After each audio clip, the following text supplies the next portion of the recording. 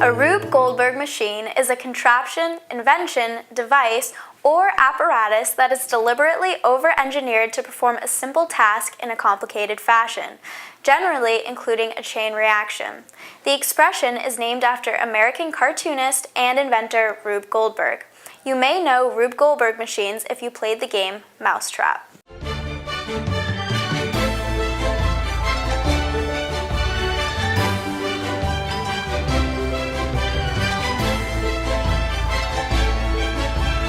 Today, we'll introduce you to some more. Good morning, Staples.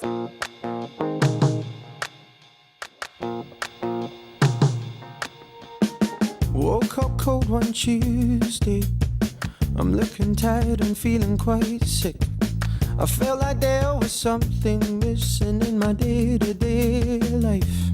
So I quickly opened the wardrobe, pulled out some jeans and a t-shirt that seemed clean, topped it off with a pair of old shoes that were ripped around the seams. Good morning, Staples. It's Wednesday, April 13th, and I'm Miley Fitzpatrick. There's lots of surprises on today's show, and we'll get to them right after the pledge. Would you all please stand?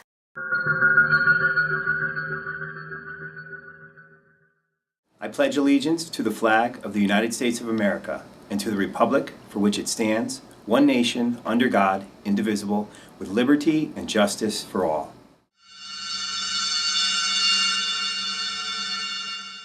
Every year, at the A Better Chance of Westport Dream event fundraising gala, the graduating seniors speak. These remarkable young men are always eloquent, passionate, and inspiring. This year, it was Christopher Morales' turn. His speech was powerful enough to cause the large crowd to erupt in applause. It also left his parents proud and in tears. Tyler had the opportunity recently to talk to this incredible member of the class of 2016. Hey Staples, my name is Tyler, and we actually have a very interesting person here today. He has a story that is unlike anybody else's, and we wanted to ask him a few questions on it. His name is Chris Morales, and let's start with the interview. So Chris, our first question is, where are you from originally? I'm originally from Los Angeles, California. However, I ended up in Westport through the A Better Chance of Westport program. And that was a 9-month application process, but ultimately that's how I ended up here. Okay. Is the process difficult? Very. So what happens is A Better Chance is a national organization. You need to apply through your region. My region is the Southwest region, and so, like I said, it's a 9-month process, 3 months of application work, 3 months of interviewing, and then 3 months of final communications with those bonded private schools, boarding schools, or community house programs like the one we have here in Westport. How is it coming from Los Angeles to Westport? That's a loaded question. Clearly right now, if you're looking at the weather, it's snowing outside, so definitely the weather was a big difference. However, it's a massive socioeconomic difference for me from where I grew up and being here in Westport. I'm just very happy that there were a lot of welcoming people for me here, and ultimately make my own imprint in the Westport community. So, where did you originally come from, and where were you in Los Angeles? So in Los Angeles, I'm from Lincoln Heights, which is in between Boyle Heights and Chinatown. It's about 6 minutes away from downtown Los Angeles. ABC Family actually did a series called Lincoln Heights. Some of the scenes that they had, not truly depicted from my neighborhood, but from the East Los Angeles area, and ultimately it was amazing to have a show like that on TV. So where do you live here in Westport? So here in Westport, the Better Chance House is located at the intersection of Cross Highway and North Ave. Small little brick house. A lot of people pass it every morning when they try to get to or go away from Staples. How is it living away from your family? I mean, it's crazy. I didn't expect to even leave Los Angeles for high school. It was a decision that was made very late in 8th grade. There's not a day that goes by that I don't miss my family. I have a lot of cousins, uncles, and aunts in Los Angeles. But they're trying to support me every way that they can, whether it's through kind words, phone calls, letters, especially from my own parents. It's a tremendous amount of support and love that they're giving me. Have they recently come up to Westport? Yes, so late March we had a gala event for the A Better Chance of Westport program, and I had to give a speech. My parents were in the audience. I was very blessed to have them there. I'm very blessed to receive such a warm welcoming from the entire Westport community that was present there, and ultimately they had a great time here in Westport. Being that you've had so much happen, how is it here at Staples? I mean, I can't say that it has been a full clean ride. However, I think a lot of the challenges that have been presented to me are a lot of challenges that I will face in the real world. I'm just very happy that I'll be prepared for them by the time when they come. Otherwise, it's been such an illuminating time here for me in Staples and in Westport. And ultimately, I just hope to keep that momentum going in the future life. Thank you, Chris Morales, for letting us interview. Now we're going to take it back to the host. See you later, Staples. Over the last few weeks, we've tried to convince you to clean up after yourself in both the cafeteria and outside the auditorium. It's nobody's job to clean up after us. And now, here's yet another place in our school where students are too lazy to put their trash in the garbage.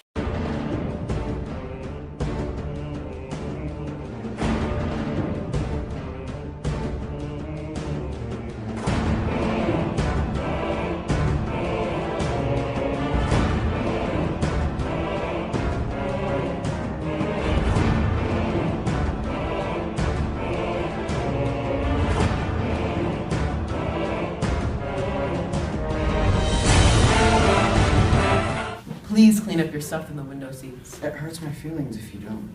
Food, mice, mousetraps, Rube Goldberg machines. Here's one you may recognize from the movies. In The Goonies, they found a unique way to open up a gate.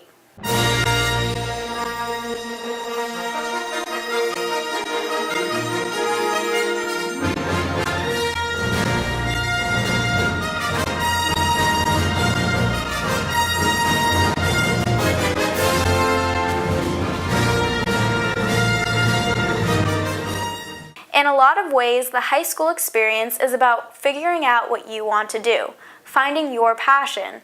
The next step, usually, is majoring in that area in college. Then, it's finding a job in that field. So, we decided to see how clear Staples students are with their paths in life. We asked them, what's your dream job? We went around Staples and asked people what their dream jobs are. Here's what they said. My dream job is to be a vet. I'd like to be a doctor. A food critic, because I could eat at fancy places for free and then still tell them that it was horrible.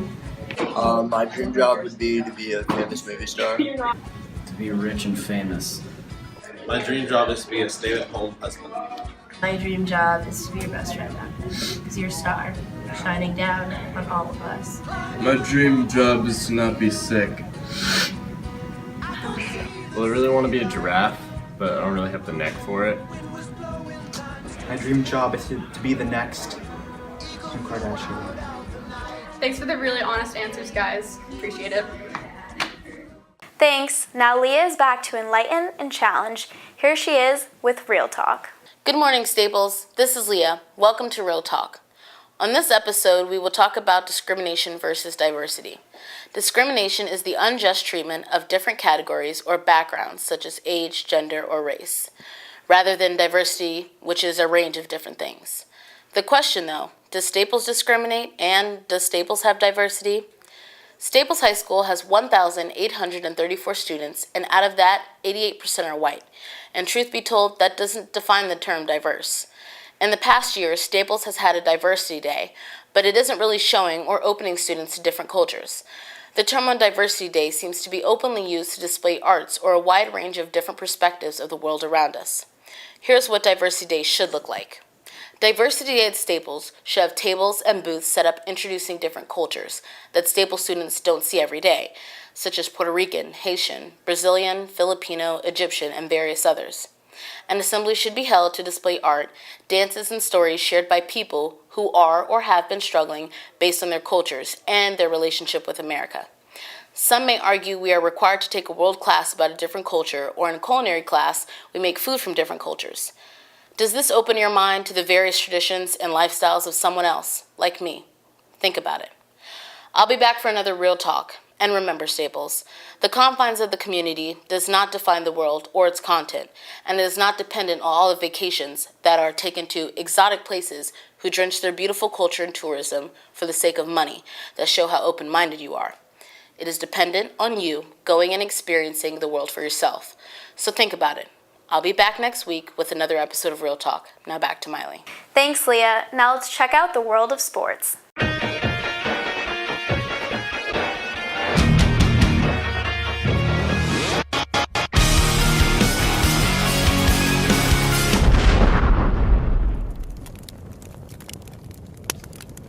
Thanks, Miley. I'm Jonathan. And I'm Alex. Last week was the unofficial big start of the spring season. Let's start off ourselves by seeing how the teams fared in their first few games. We are taping this on Monday, period 8, so Monday and Tuesday games aren't included. The boys lacrosse team is off to a big start, defeating Danbury and then winning in dramatic fashion 13-12 over highly ranked Fox Lane. The team is a finalist for the Rudin Team of the Week. Voting stops at noon today, so please go to therudinreport.com and vote for Staples Boys Lacrosse. The girls lacrosse team are off to a 1-1 start. They had a tough loss at Norwalk and then came back to trounce Danbury. One of the many stars of the team is this week's Spotlight athlete. Take a look. This week on Athlete Spotlight, we decided to interview girls lacrosse captain and Lafayette commit Colleen Bannon.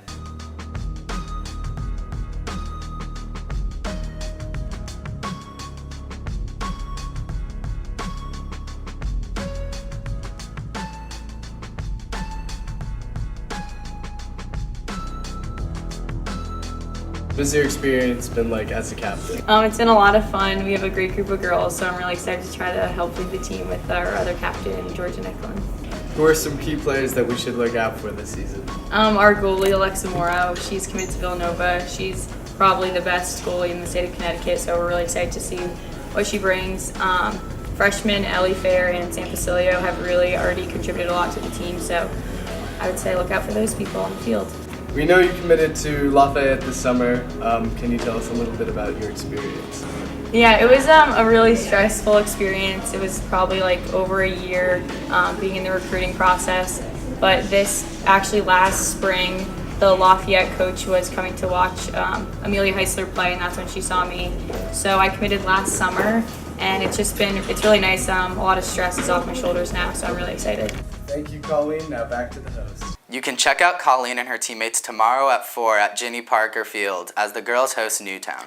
Our baseball team is also off to a 1-1 start. They crushed Central earlier in the week and then lost a tough one to Amity. The Amity game marked the debut on the mound for freshman Chad Knight, who had 7 strikeouts in his varsity debut. The boys are in action against Stanford right after school today. The home opener for baseball was actually moved from Saturday to Sunday due to weather. And actually, rain played havoc on many of the team schedules last week, but we'll have a full report on all the team's progress after vacation. Before we turn it back to Miley, as you know, last Monday, Villanova won the NCAAs in legendary fashion. It was a finish people will be talking about for years and years. But we got some instant reactions from our own basketball fans. Good morning, Staples. We were all stunned by Chris Jenkins' shot last Monday to win the national championship for Villanova. We went around school to see people's reactions. They go length of the court with Archie Diacono. 3 seconds at midcourt. Jenkins gives it to... That shot was crazy. It was ridiculous. It was great. It was amazing. I don't even know what you're talking about. Both 3-point shots were insane. I was ecstatic because I had Villanova winning. Jenkins for the championship!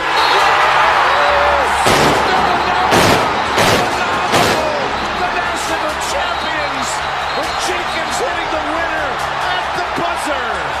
Jim, they're going to check it. I thought it was good live, but how about those onions?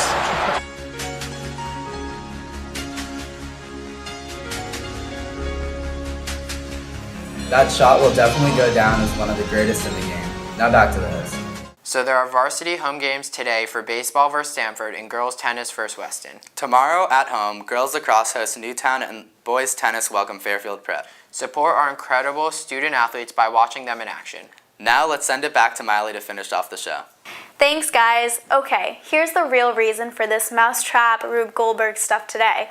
Mr. Sanser does some really interesting projects with his students. In the past, we've seen them construct powerful bridges and build fast cars. Lately, they've been creating their own Rube Goldberg machines. We have one quick example today.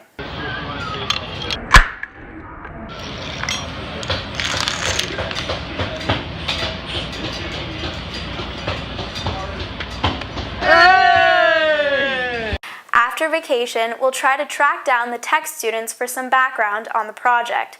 Finally today, since this is our last show before spring break, we thought we'd end with this piece. Good morning, Staples. With April break fast approaching, many people are going away for the holidays. But many people are staying here in Westport. Let's find out what you can do if you're staying home like me in Westport for this spring break. Quasi Amusement Park in Middlebury, Connecticut opens April 23rd to the 24th. The Discovery Amusement Park in Bridgeport opens up May 9th and continues operating through spring break. If over break you want to get outside and do some physical activity, you could always try biking. There are trails in New York City. There's the Farmington River Trail, the Trumbull Rail Trail, and the Housatonic Rail Trail. Or if you're looking to bike somewhere closer, there's always Fairfield Beach and Sherwood Island areas. For any of you die-hard Star Wars fans, there's the Force Awakens showing at the Maritime Aquarium in the IMAX 3D theater. That looks. Cloverfield Lane is out with a 91%. If you don't feel like going to a movie theater, Netflix and Hulu have some great shows right now. Well, it looks like there's a lot of fun things to do in Westport over the break. Do you know what you're gonna do, Owen? I'm probably just gonna stay home and play video games. What are you gonna do? I'm gonna be at a beach in Mexico. Deep breaths, Owen. Deep breaths. Have a great break, Staples. And now, back to the host. Like I said, this is our last show before spring break. The Period 2 class will be back tomorrow with the final morning show before vacation. Have a great time next week, and good morning, Staples.